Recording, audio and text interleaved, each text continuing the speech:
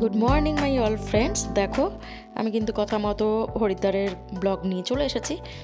তো মা গঙ্গার সাথেই আমি তোমাদের সাথে হরিদ্বারটা শেয়ার করব। তো সকাল সকাল চলে এসেছি গঙ্গায় স্নান করতে, আর আমাদের হোটেলটা কিন্তু একদমই গঙ্গার পাশেই। তো প্রচণ্ড জল ঠান্ডা আর প্রচণ্ড টানও ছিল। আর আমার যেহেতু অভ্যাস নেই সাঁতার টাতার, আমি কিচ্ছু জানি না, তো নর্মালি আমি এইভাবে বসে বসে স্নান করছিলাম। আর এক কাকিমা সে আমাকে একটু হেল্প করছিল। তো দেন আমরা স্নানের পরে চলে যাচ্ছি মনসা মন্দিরে। মনসা মন্দিরে হেঁটেও যাওয়া যায় বা রোপোতে করেও যাওয়া যায়, যার যেটা ভালো লাগে। যারা হাঁটতে না পারে তারা রোপোয়ে করে যাবে। তো আমরা কিন্তু যেহেতু প্রথমবার, তো সবাই মিলে ডিসাইড করলাম যে চলো এক্সপেরিমেন্ট করা যাক, হেঁটেই যাব। তো আমরা কিন্তু হেঁটেই গেছিলাম, বাট এক্সপেরিমেন্টটা যে এতটা কষ্টকর হবে ভাবতে পারিনি। প্রচণ্ড কষ্ট হয়েছে যেতে, আসাটা অতটা কষ্ট হয়নি। খুব ভালো লাগলো পুজো দিয়ে, কারণ মন্দিরটা এতটাই সুন্দর। ভেতরটাও অনেক প্রচুর ঠাকুর আছে সেখানে। আমি বাইরে থেকে জাস্ট একটা ছবি তুলতে পেরেছিলাম, তো সেটাই তোমাদের সাথে শেয়ার করলাম। আর এখন কিন্তু আমি এই সোজা চলে এসেছি রামঝোলা, যেটা ঋষিকেশে। ঠিক আছে, মাঝখানে কিছুই আর দেখাতে পারলাম না, কারণ আমার কাছে কোনো রকম সেই ভিডিওগুলো নেই। আর প্রচণ্ড দেখো হাওয়া হচ্ছে। লক্ষ্মণ ঝুলা শেয়ার করতে পারছি না, কারণ লক্ষ্মণ ঝুলা বন্ধ আছে। আর এখানে মারাত্মক হাওয়া।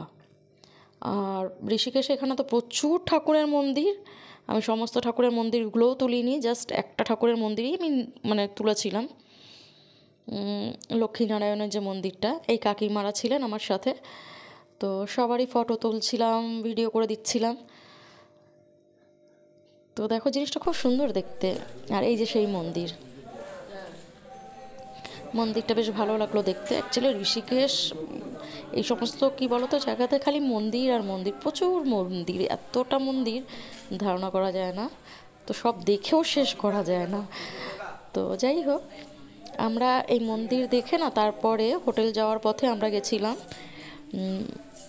মহাদেবের শ্বশুরবাড়ি। হ্যাঁ, মা সতী, যেখানে এই হচ্ছে মা সতীর বাপের বাড়ি, যেখানে যজ্ঞস্থানে মা সতী নিজের দেহ ত্যাগ করেছিলেন সেই জায়গা। এখানেও কিন্তু কাজ চলছে। তো জায়গাটা বেশ ভালোই, অনেকটাই বড়। তো ভেতরেও ঢুকেছিলাম, বাট সব জায়গায় যেহেতু একটাই রেস্ট্রিকশন, কোনো রকম ক্যামেরা বা মোবাইল অ্যালাউ নেই, সেই জন্য আমি ভেতরকার ছবিগুলো দিতে পারলাম না। জাস্ট বাইরে থেকেই এগুলো কোনো রকমভাবে তুলতে পেরেছি। তো এখানেও অন্য একটা কিছু মন্দির আছে, ওটা আমার মনে পড়ছে না, যাই হোক। নেক্সট ডে আমরা যাচ্ছি মাসুরি কেম্পটি ফল, ওটা দেখার জন্য। তো মাসুরিতে গিয়ে আমি কেম্পটি ফলের বেশ কয়েকটা ভিডিও নিয়েছিলাম, জানি না কেন টেকনিক্যাল কিছু প্রবলেমের জন্য এখানে সাপোর্ট করলো না, সেই জন্য আমি ওগুলো দিতে পারিনি। জাস্ট একটা ভিডিওই বোধহয় আমি শেয়ার করতে পেরেছি। আর ফার্স্ট আমরা গেছি সহস্রধারা। ঠিক আছে, এখানে যে ঝর্নার জলটা পড়ছে না, ঝর্নার জল অসংখ্য, বিন্দু বিন্দু করে প্রচুর প্রচুর অনেকটা। আমি এখানে ছবি তোলার জন্য দাঁড়িয়েছিলাম। আর এই হচ্ছে কেম্পটি ফল। তো এটা আমি স্টিল নিয়েছিলাম, সেই ছবিটাই দেওয়া। আর একটা জাস্ট ফটো ভিডিও করে রাখা ছিল, সেইটাই। বাকি ভিডিওগুলো একটাও সাপোর্ট করলো না, না হলে তোমাদের সাথে শেয়ার করতাম। দেখতে ভীষণই ভালো লাগতো। তো অবশ্যই নেক্সট আমি যখন যাব ভালোভাবে তোমাদের জন্য ভিডিও শ্যুট করে আমি নিয়ে আসবো। ভিডিওটা কীরকম লাগলো অবশ্যই কিন্তু আমাকে জানিও। ঠিক আছে, ভালো লাগলে লাইক করবে, কমেন্ট করবে আর শেয়ার করবে।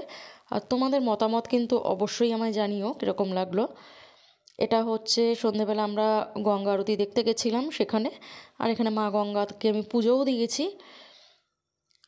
আর এইটা, হ্যাঁ, যেদিন আমরা পুজো দিলাম তার পরের দিনকেই আমরা আবার কলকাতা ব্যাক করেছি।